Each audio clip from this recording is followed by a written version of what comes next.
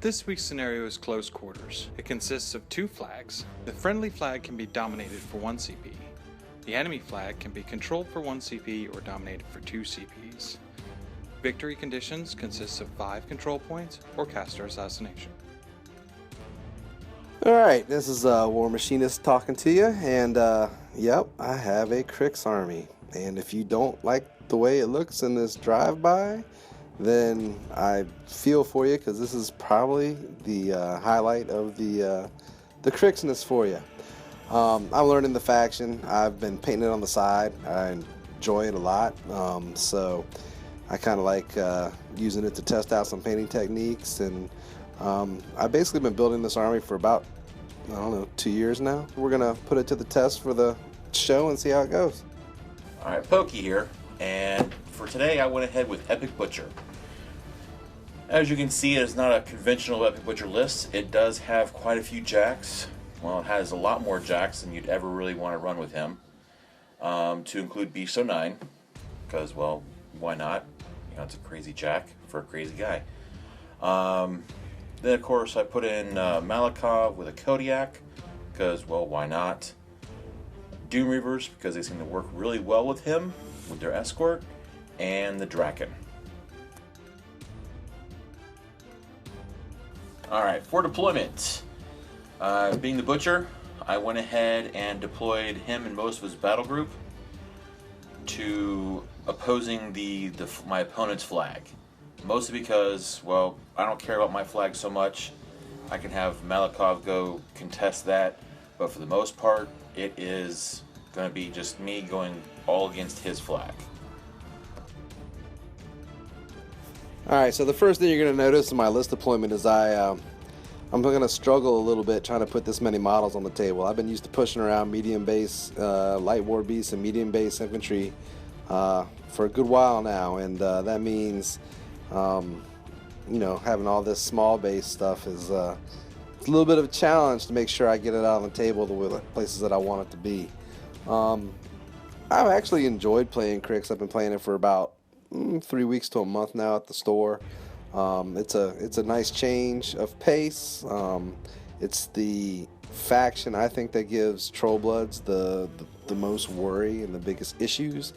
So one of the ways, you know, they say to win is to know your enemy, right? So I figured the more reps I can get with Cryx, the more ways I'll be able to take it apart, I guess, when I'm playing my main faction, which is Trollbloods.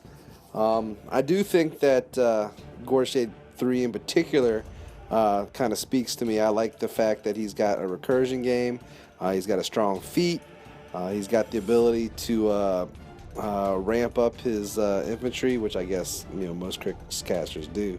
But, you know, and I'm not sure that this is the most optimal list in the world, but Black Banes are sure fun to paint. They have the incorporeal going on for them. The Soulhunters are really good when you put Scathing Touch on them. Aiakos seems fun with the Slayer. So, I mean, everything in this list is just kind of fun. And we'll try to pilot it to some sort of success. You know, but bear with me here early on if I don't do great spacing or anything else in my Cryx.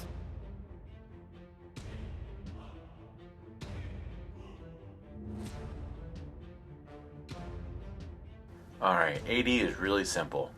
They kind of go in the middle to kind of go for wherever the, you know, because that's where all of his infantry was, in the middle.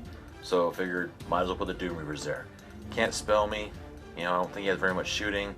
So the only thing I really have to worry about is him being able to outcharge me.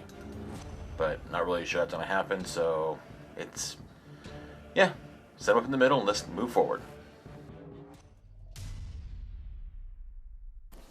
Alright, Malakov gets his 4 focus, and then of course you roll for the Butcher because that's what's great about him. He's a random D6 plus 1. You can get 2 or you can get 7. You never know when it's going to happen. Probably the biggest reason also why I chose the jacks I chose for him, because they can all run for free. Really efficient, and just the fact that, well, with him and, you know, his crazy tendencies, they work really well. So starting out, it's like any most typical first turns, everything runs forward. You may be asking, well, why did you take this crazy butcher list that has all these stupid jacks? He's never going to be run the jacks properly. It's just never going to work right. Well, I don't know. It seemed like it would work, and it seemed like it'd be a fun list to play. So that's why I took it. I mean, like, why not play a game that's just going to be fun? So what you missed there was Malakov activated. He put red line up on the Kodiak, and then he advanced forward behind the wall. And the Kodiak activated. He runs.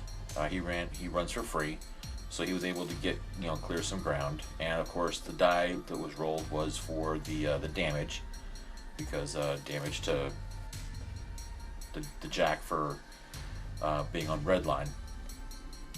And the Butcher charges forward, and then the Jacks activate, and they pretty much run forward, and that's my go. Alright, so Cryx turn 1. So my first comment is, learning a new faction, new caster. It's important to know what your own does before you have to worry about what his stuff does. And I think that these Black Banes are great in a lot of matchups. In this case, I realize that they're pretty much just cannon fodder. His Doom Reavers have magic weapons, like a freaking genius. I set him up directly across from him. Actually, I think he maybe had AD, so I don't feel too bad, I guess. But anyways, at this point, I'm just trying to make it so on his feet turn, he spends all his time killing these ridiculous guys. Try to space him out a little bit, not too much to where he just berserks on everything. But what I'm gonna do at the top of the screen is try to flank with my Stalker and Aiakos, and try to also run the Arc Node and the Warwitch Siren up that way. So I kind of have some stuff he has to worry about. I've played Butcher 2 a couple times, and if you can survive his feet turn, you're usually, if you have enough, it's kind of one of those things where after he's done feeding, what do you have left? He's kind of like the Butcher's, not the Butcher's, the Khador version of P Magic, in my eyes anyways. And so what I want to do right now is make sure that when the dust settles, I guess, the smoke clears, I might have enough stuff to exact retribution. I want to make sure that the points I give up are at least equal to or less than the points that I make back after this next turn. So the one thing I have, I think, improved upon, I guess, in my Cryx play, is leaving room for things like the Arc Node to run through when I'm moving this sea of infantry up. It's a few times I've done this and the Arc Node gets stuck in behind people. So I want the Arc Node up there to where it's threatening, but it's, not able to be easily just scrapped on the first turn. It's been a long time since I played with Arc Node. Even when I was playing Menoth big time, the only caster I ever used Arc Node with was Severus, and I used Blessing. I will tell you that my absolute favorite piece in Cryx is this guy moving right now, Darragh Wrathe. He is the Cryx Creelstone. That's pretty much what I call him every time I move him. And I will taunt my opponent with, hey, guess what this is? This is a Creelstone for 4 points, and he's got, light cav move. I mean, obviously against another Cryx player, it's not quite as good, but the guy is ridiculous. And he's even good into things like Elemental Evolution, because all those Electro Leaps become POW 8s. It's just nasty. But let's go back to Cryx. These guys that I'm moving right now, I believe I'm moving my caster, actually. Goreshade is just heck of a fun caster to play. I want you to note I moved him all of like 4 inches to where he is right now. And that's, maybe too far. Playing against Pokey's in his Butcher 2 here, he loves to get the high volume attack in, and it might just have been a little bit too far of a move. Alright, turn 2. Finally gets back to me. I roll a 6, so that means Butcher gets 7 this turn. I upkeep red line on Malakov. And yeah, now I got to wake up and figure out what I'm going to do because, well, it took War Machinist a long time to run through his turn. Wow, a lot of people. So let's just start with the easy parts, the jacks. We'll go ahead and get the jacks to charge forward. We'll run forward. The two berserkers, anyways, run forward. Now it's like, well, what do? I have potential for charging one of those Black Bane's Ghost Raiders. But do I really want to get into the thick of it that quickly? And it's going to be one of those things where I'm going to have to really kind of mill over my choices here. So until that happens, I guess I'll go ahead and do some other things to include activating Malakov, having him move forward, cast Razor Wind on the guy on the hill, and I go ahead and I boost it to hit because, well, they're like defense 14 or something stupid defense, and hill makes it better, and so now I got to try to hit this guy. I hit him, I kill him. Can't do it with his gun because, well, the gun's not magical. So take out the first guy, and unfortunately I forgot about the Black Banes, how fast they can move, and that is why I'm having a real tough time, because I'm trying to figure out how to move them, how to get the Doom Reavers to move forward and not be engaged. So I've made up my mind. I'm going to go for it. And so with going for it, I'm going to activate the Butcher. He's going to pop his feet. He is going to charge that guy and hooray for Homicidal Maniac. But before that happens, I end up casting Eliminator. And I'm hoping I get some good juicy targets under the AoE. Was that the right spell to cast on him? Probably not. But it's all good. It's all good because this is going to be phenomenal. It's an epic turn. You're going to love this turn. Well, I love this turn, so hopefully you love this turn. So I cast the Eliminator, and then the AoE drops, and then I hit all those people, and of course somebody doesn't have the little blast widgets, so we have to try to find one just to see who's in, who's out, and we get one. So we go ahead and we figure out who's all in the blast. Probably should have chose somebody else, like the other Bane that's a little bit further to the south, just right behind the flag. Probably been a better option, but I think it was over 5 inches, so it's not like I could see him really. And so we're going to go through and we're going to start seeing who dies, so I can see how many inches I can move. And with my feet up, I get a token for models that die. So, it's hoping we get a lot more of those models because we like tokens. Tokens are good.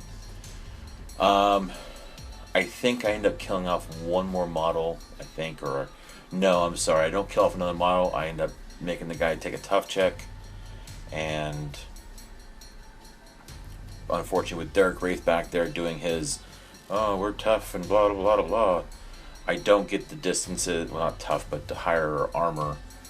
I don't get the distances I want, but I still get to move up at least my 2 inches.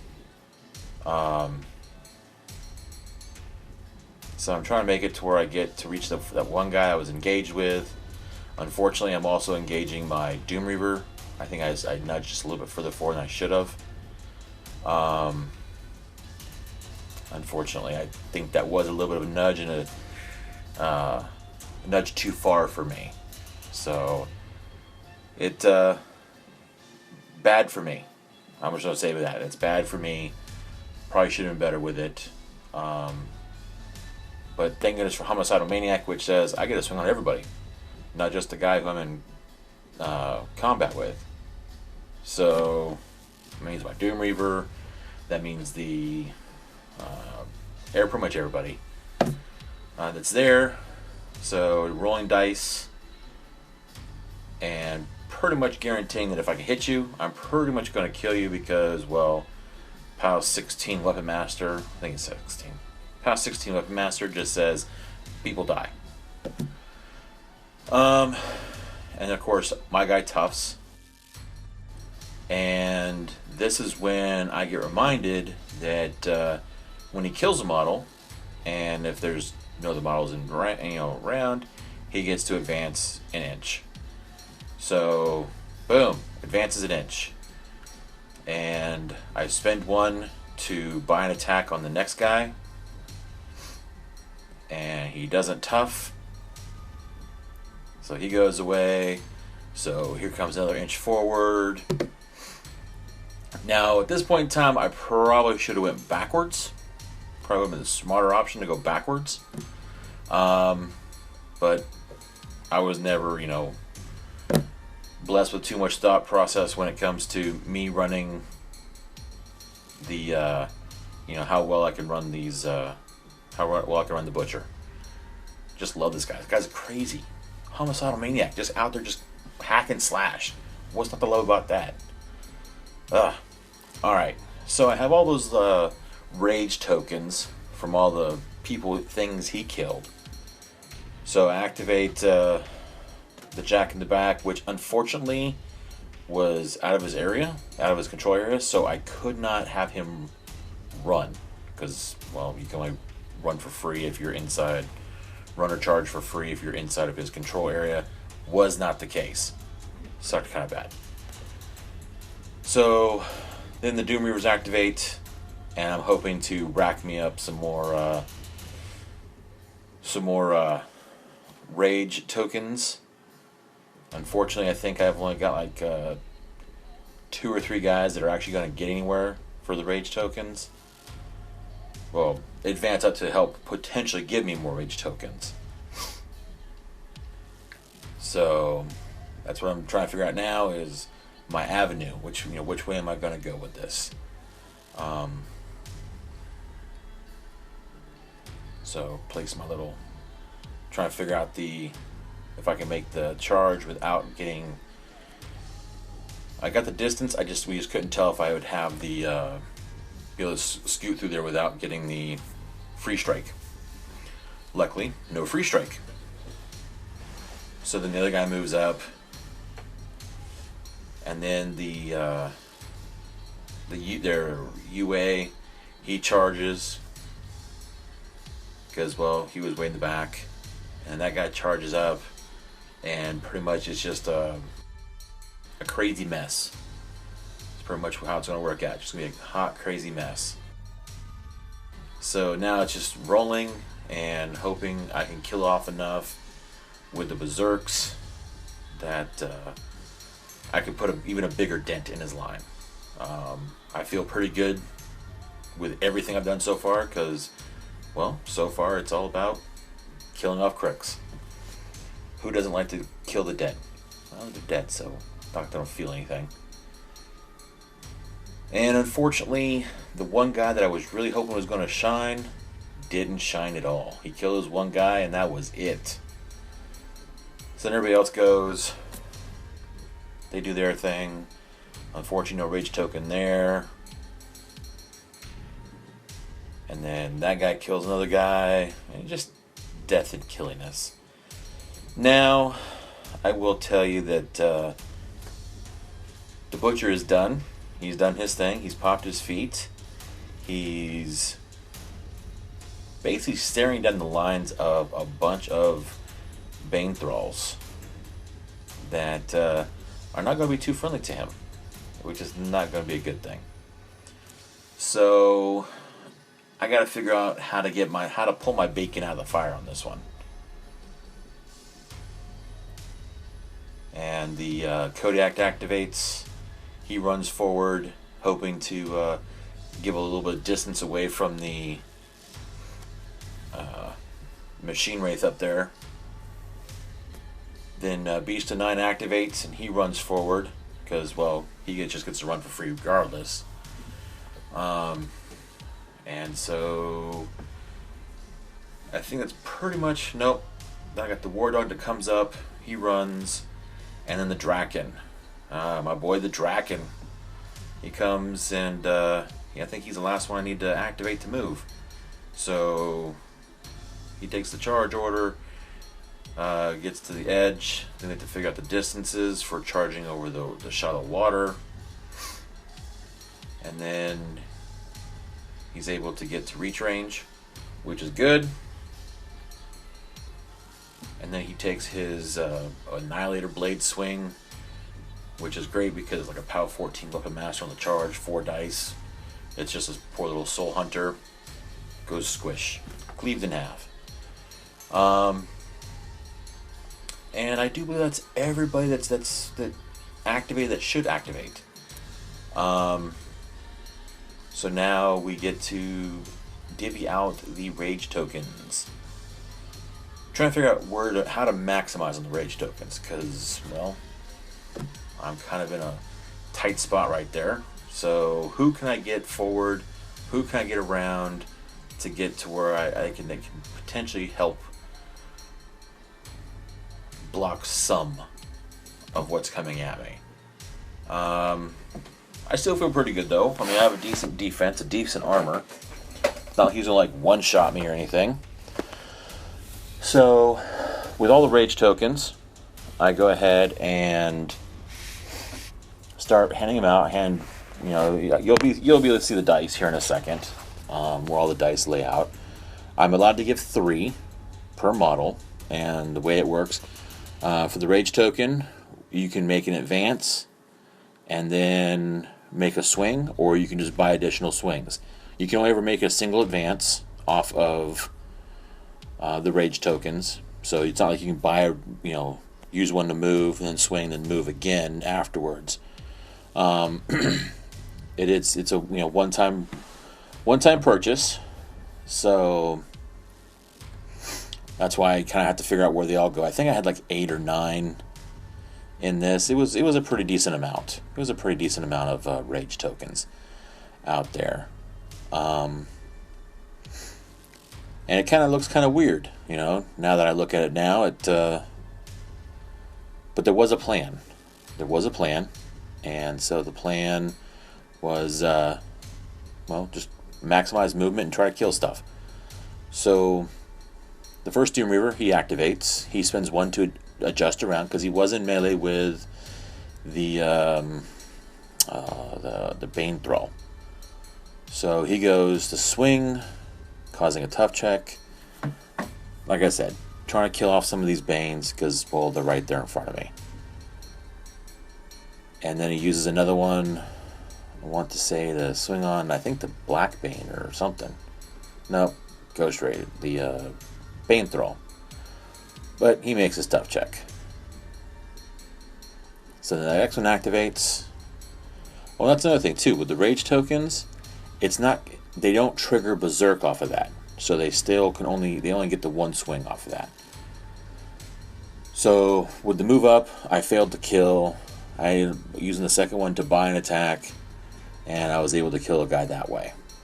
Now the War Dog activates. I think it's the War Dog next. Nope, it's the Berserker next. Berserker then activates, and he advances, but I didn't judge my distances right, so he wasn't able to swing. And the War Dog activates, and he gets up there in the middle because, well, it's the War Dog. It's funny that way. And he's going to go ahead and bite the knockdown guy, causing a tough check, which the guy, of course, passes the tough check, but still knocked down. So not bad overall. Then the Drakhun activates. He advances up, and he goes to swing on another Soul Hunter. And that's the end of my turn. Cryx turn 2. Well, how much did you guys enjoy watching me pull models off the table for the last 20 minutes? I'll tell you what, it was something else. Alright, so Pokey has left his caster very close by to me. I believe that he did a lot of work. However, I wasn't expecting his caster to come up as far as he did. He brought a lot of armor, so I kind of didn't think that he would come crashing like the crazy butcher man that he is at me. So right now I have assassination. I need to make sure that I do it correctly. I want to make sure that I free up the people I need to do. I need to make sure that I can get as many people on them as possible, make them stationary, and make sure Dark Shroud is in play. So basically, I'm doing a lot of time making sure that I'm not going to mess it up, you know what I'm saying? So that's kind of where my thought process is right now. That's why we haven't seen any pieces move, and it's probably been my turn for a good 5 minutes in real time. Again, remember, you're watching at a sped up rate. So what I'm going to do right now is I'm going to kind of go through my thing. How much focus do I need anywhere, and what do I do if there's any contingency plan whatsoever in case things don't go well? And eventually we get to the point where, you know, Butcher's there on a 0 camp. I'm going to make him stationary, and I need to get Goreshade onto him, let him do the work himself. And I want to make sure that if for some unknown reason dice happen, and, you know, by the way, quick plug, Fortinby got us all into these battle school dice, and they're pretty sweet. So now you're going to watch most of these games, and you're going to see us playing with precision dice. But okay, plug aside, now back to the game. Finally going to start moving some pieces here. Alright, what I want to do to start off with is have Tartarus create for me a Bane Thrall that can get to Butcher without having to deal with free strikes or any of those types of mess. Again, the order of activation is everything on my turn, so I want to make sure that everything I do doesn't paint me into a corner where I somehow do not get ultimate strikes on Butcher. One thing I'll say that I like about Cryx is that it's a complete change of pace from what I do with my Troll Bloods. It's a great chance to basically keep the game fresh by enjoying a completely different style of game. And you know, it's what I find is that it's nice to have an army in the Hordes and an army on the Warmachine side, because it means there's always something coming out for you in the PP release schedule. So I don't really feel like I got a chance in this game to showcase much of anything about the Cryx, as much as it is just, you know, make sure that we're going to get our debuff on and make sure we're going to use our feet correctly. But I am glad that we got a chance to debut here. And it's probably pretty rare to see Darragh Wrathe actually swinging with his mighty sickle. So we're actually trying to free up this Bane, or not Bane, but what we call him, Ghost Raider, in order to be the incorporeal target for Goreshade. Alright, so here comes the mighty Black Bane Ghost Raiders. So making sure that so after all that, I didn't actually do what I thought I did with him. I really thought I ran that guy up into Butcher, but apparently no. That was not the... Oh, wait. So this guy wanted to come zooming across the table and do it. So, you know, we had some sort of plan. Not exactly sure what it was at the time, but that's the one it was. Okay. So we're going to do some inconsequential damage to a Warjack. However, I do think that I've seen these Black Banes do real well. It's snarky on the forums. He got me playing these Black Banes in this list. He loves them. Iron Lich plays them as well, and he does a good job with them. I don't seem to ever be able to create more of these little suckers, but you know, when I have seen them work, and they do a great job when it does happen. So right now, what we're trying to do is, you know, activate things in such a way where whatever is left for retaliation on any type of a failed assassination isn't going to be a whole lot. I mean, if I fail, then Butcher by himself probably can do the trick, right? But you know what? I sat there for a long time watching my army get melted, so I want to get a couple activations in. And what we're going to do right now is, here comes the Banes. So Dark Shroud is now applied to Mr. Butcher. We are, I guess, might as well use the rest of the activations to clear out some stuff. One of the things I need to do is make sure that I can actually get Goreshade to Butcher. And if you notice right now, I've kind of blocked them off a little bit. But we'll take care of that in just a bit. So, one of the most annoying things whenever you play anybody playing Khador is that frickin' mutt. So we want to kill the dog. He's gone. Now we want to go ahead and we'll take our swing on the knockdown guy.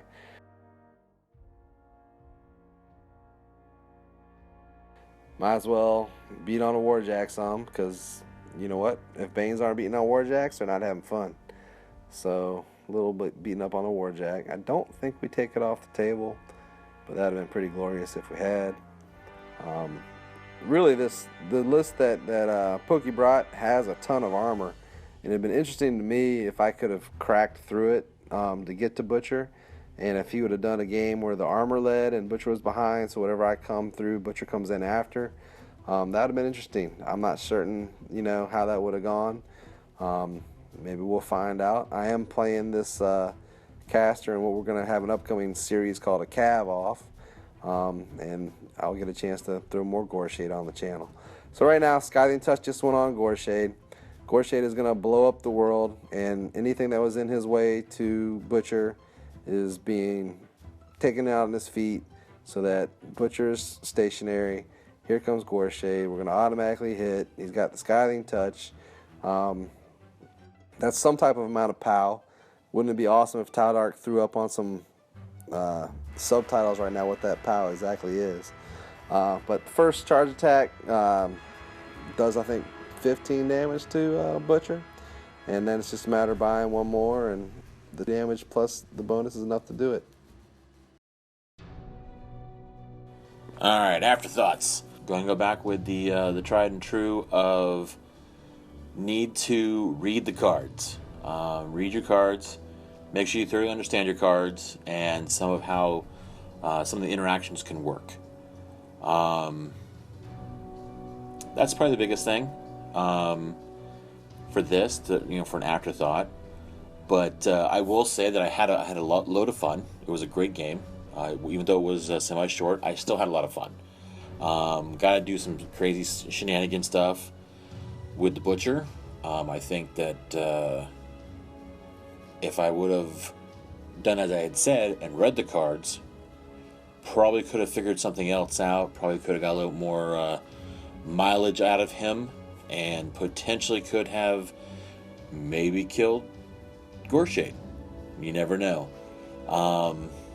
I do hear that there's some crazy shenanigans with Ravager and Boundless Charge and the Butcher and just crazy stuff. So, well, I hope you all enjoyed the game. I know I enjoyed playing it, and thanks for watching. Bye. Alright, so the tradition of our channel is for the person that did not get the final turn, i.e. the loser of the match, to get the afterthoughts. I am stealing some afterthought time. I don't know if they're going to let this stay in the video, but if they do, that's awesome. If not, that's totally fine too. However, I just want to say, anybody that's watching this match, if you don't think Pokey had a much more fun time than I did, you're crazy sauce. It was enjoyable as heck to play against Pokey. It was, I will say, he's absolutely a gem to play against. He's fun the entire time. His measurements are precise. He announces everything he's doing. Opponents like Pokey really keep me coming back and playing this game. And it was, he had a real good time. And it wasn't so much fun to sit there, watch my army get melted, and then just come back and try to kill his caster. But I tell you, you really have to respect Butcher's threat range, and that was a lesson I learned in this game. So hopefully I didn't take up all Pokey's afterthought time, and you guys get to hear from him. Peace out.